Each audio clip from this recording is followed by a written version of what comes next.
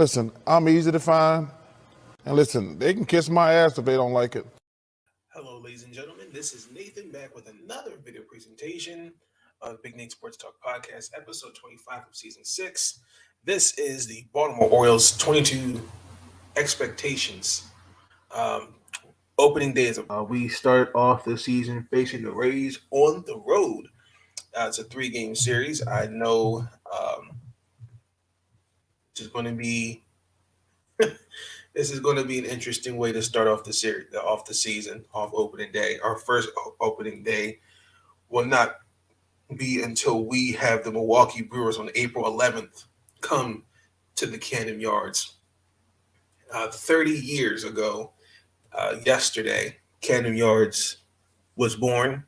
Um, and ever since then, it's had its ups and its downs. It was still probably one of the best ballparks in baseball. But these last few years for the Orioles, we all know, ladies and gentlemen, it has not been a great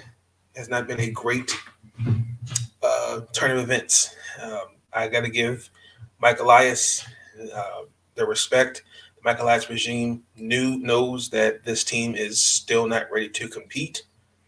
So as of right now, this team they're just placeholders. Cole Slosser and I believe it was Tanner Scott. They were traded to the Marlins for a player to be named later and a draft pick and something else I can't remember.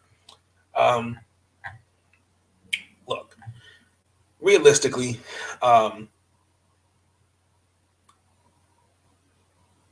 Mike Elias, when he came in here, he knew what he had to do. He's being, and I could see the vision. He's building. He's focused on the draft and player development. Um, right now, he's not focused on competing. I mean, let's just keep it real. But we had Dan Duquette here and Brady Anderson. I feel like they set the team up to fail. I've always also said that Peter Angelos, the Angelos regime, has held the Orioles back from success. I've always felt like growing up, we were always given false hope on certain teams, certain years throughout the years. I remember one year he was like, "This is going to be the year." He tried to go after Paul Konerko, Johnny Damon, Paul Bird. We couldn't get them because they were completely out of our price range. Then he uh, could have signed Kevin Millwood. That didn't happen. He did get Ramon Hernandez that year, and also too, we let BJ Ryan at the time became the highest paid closer at the time. So um, right now, this roster that's currently going to be on opening day, they're just placeholders. And realistically, we're not going to. We just don't stand a chance to really take anybody, to really kind of stand up to any of the teams in the AL East, whether it's Boston, New York, or Toronto, or Tampa. Um, I do think that they do in the middle of the lineup. Yeah, there is development there. You got Cedric Mullins, obviously, who had a 30 for 30 season last year. Adley Rutschman's on is definitely at some point this year he's going to be all called up, be the catcher. Ryan Mancastle, Trey Mancini, that's a 1-2 punch to me with power hitting. Uh, Austin Hayes is a good outfielder when healthy, but realistically, let's be honest, there's no right now with this team right now on paper doesn't stand a chance. um, I am looking to see how some of these guys the young guys will come up if they're going to get opportunities. Looking to see if Grace Rodriguez, DL Hall. At some point, you got to give these young guys an opportunity. Um, I do think that uh, this is just my prediction of the starting lineup. If we're going to have Cedric Mullins, Austin Hayes, Mancini, Mountcastle, Santander, Ondor, Urias, Gutierrez, and then probably Robinson Chernos. We got him from Houston. And then obviously the rotation, John Means, Jordan Lyles, Bruce Zimmerman, Keegan Aiken, and Dean Kramer. And then most likely Tyler Wells is going to be our closer, Paul Fry, Dylan Tate, Jorge Lopez. I'm going to say Brian Baker. And there's a couple, like two other guys. Like I think his name is Joey Kimbrell, Felix Bautista. I think that's who it is that could make the rotation. Um, and then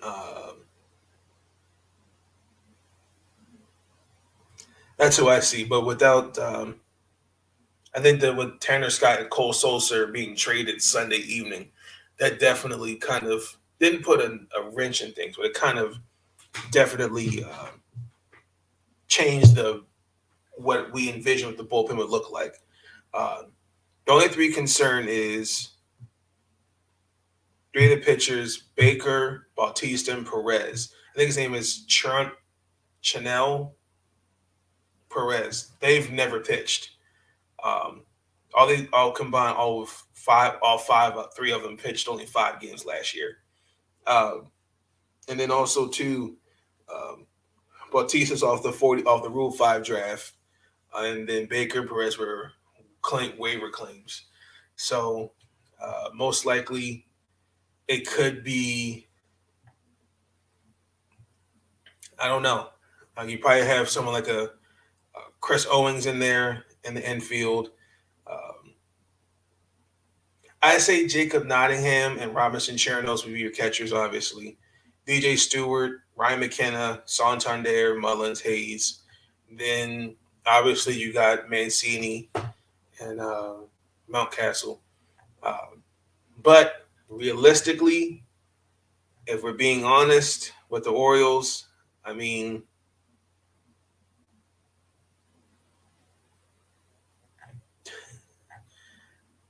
I'm going to say the Orioles, they're going to finish last in the AL East and they're going to win 55 games. Guaranteed. I don't really expect too much. I do think you'll probably have another kind of all-star year from Cedric Mullins. John Means is going to do his thing. Trey Mancini is going to do his thing. But realistically, this team is still not ready to compete. I would hope by next year, if we play our cards right, we're ready to compete. When I saw the article that the Orioles have offered Correa a $350 million deal for 10 years, I said, there's no way he's going to take that. And then with the CBA, with the small market teams, they, in a sense, won. He's now in Minnesota for the next 3 years. And now we have one of the lowest payrolls going on the opening day. At some point, Mike Elias is going to have to take off. He's going to take off the training wheels and let these boys work. But I understand. I trust the process. But I do expect this team to be a little bit better than last year's team because there were a lot of games where they were hard to stomach, giving up home runs. I think last year, the year before, I think we gave up the most home runs as a pitching staff. That was horrible. There were really, truly no bright spots other than Mancini, Mullins, and Memes and Mountcastle. That was pretty much it. But I just don't think that there's really just nothing much to expect. This is going to be another year. I'm hoping that this is the last year that we are in a position where we're tanking. I just think that at this point, they're going to have to figure some things out. Now, there were some guys that did not make the roster. I know a couple of them that was surprised, that shocked me, was Tyler Nevin. He's currently on the 40-man roster, but he's still young and developing. Jacob Nottingham, I thought would have started, been up there. Now that I think about it, I think it was what's the guy's name? Anthony Ben Boom. That's who it is.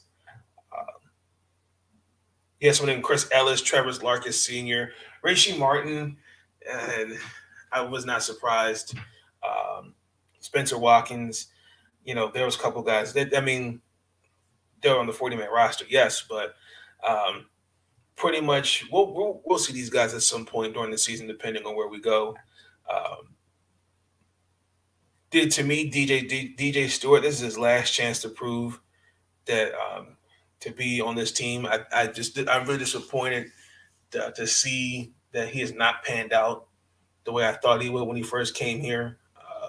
Ryan McKenna, I do think he's proven himself to be on the major league roster. It is kind of interesting to see how the playing time between those guys are divided up for sure. But until then, I'm going to trust the process with Brandon Hyde. I do think, in my personal opinion, he did not have anything to work with coming into Baltimore. He knew that. Mike Elias knows that. And I would like to see him get a fair opportunity with a winning team. But like I said, the Baltimore Orioles are at least another year from competing. Guaranteed. So y'all let me know your thoughts on the Baltimore Orioles. Good luck, fellas. Opening day is upon us for the Baltimore Orioles. I'm out. Peace. Stay up.